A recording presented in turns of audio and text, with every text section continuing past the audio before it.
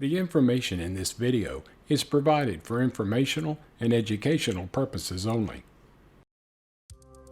Hey everybody, welcome to the Morale Monologue. I'm Michael Morale. In today's episode, I'm going to share some information with you that I gave to one of my subscribers to my personal YouTube channel a couple of years ago. Back in October of 2017, I had just completed my second loading dose of Spinraza, and I talked to my neurologist about taking physical therapy, and we both agreed that that was the time that I should start. So I found a physical therapist that had a workout facility in my area. My neurologist wrote a script, and I've been taking physical therapy ever since. Well, one of my subscribers was on about the same time pattern with regards to receiving her injections that I was.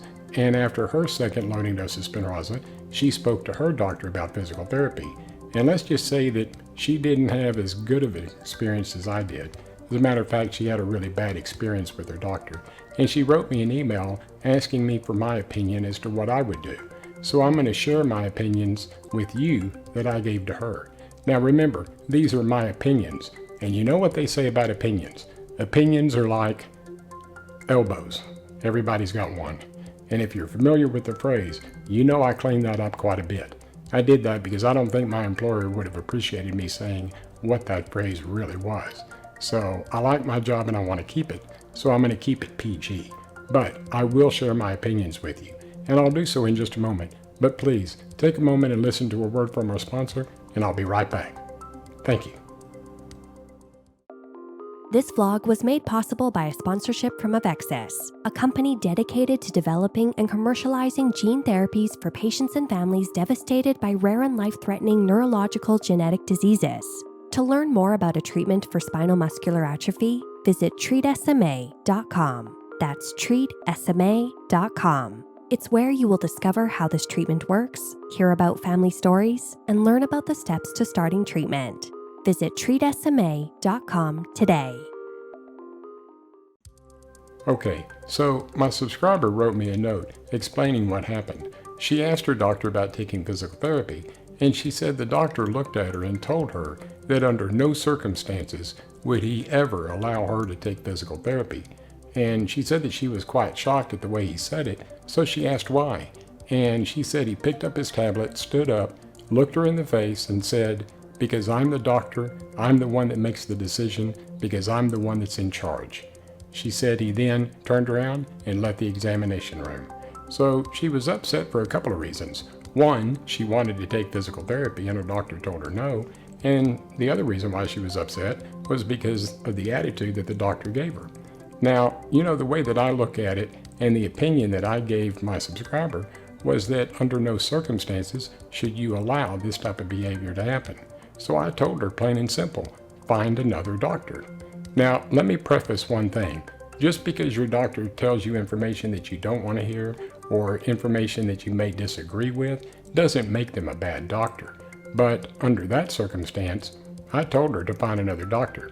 Because if you live in a metropolitan area like I do, I could go outside and throw a stick in a strong wind and probably hit 15 neurologists that had facilities in my area.